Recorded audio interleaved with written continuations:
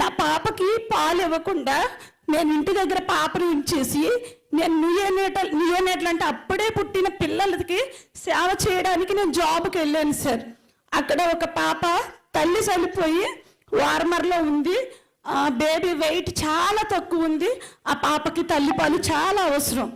నా బిడ్డకి కూడా తల్లిపాలు చాలా అవసరం.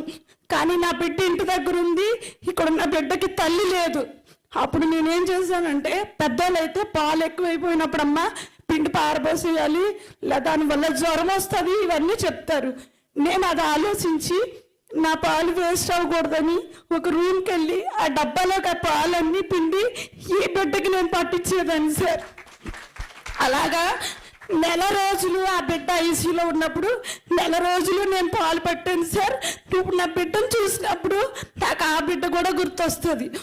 ఒక 2-3 సంవత్సరాల తర్వాత ఆ బిడ్డను వాళ్ళు తీసుకొచ్చి, అమ్మా నువ్వు పాలు ఇచ్చావు కదా, ఇప్పుడు స్కూల్కి వెళ్తుంది పిల్ల, నీ వల్లే బ్రతికింది అనే మాటలు మాకు ఎన్నో వినిపిస్తాయి సార్. ఇది ఒకటి సంఘటన మాత్రమే.